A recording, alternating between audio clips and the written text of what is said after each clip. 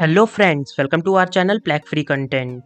Today I will quickly guide you how to add Superscript and the Subscript in your PowerPoint presentation. So let's get started.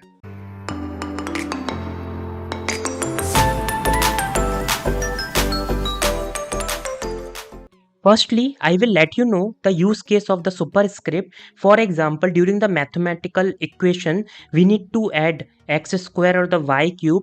For that, we need to add superscript. Firstly, you can write the 2 or 3 for the square or the cube and then select that digit and click on this button in your PowerPoint presentation, which is having font. And here click on the superscript and click on OK.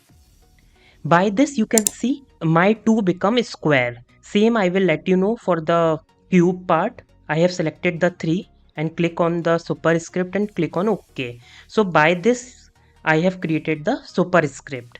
Now for the subscript, same I need to do, that is selecting the digits like 2 and go to this icon and click on the subscript. By this you can see the CO2 equation, chemistry equation will be created. Same for the oxygen formula like O2. I have selected 2 and click on the subscript part. So by this method you can create subscript and the superscript in your PowerPoint presentation.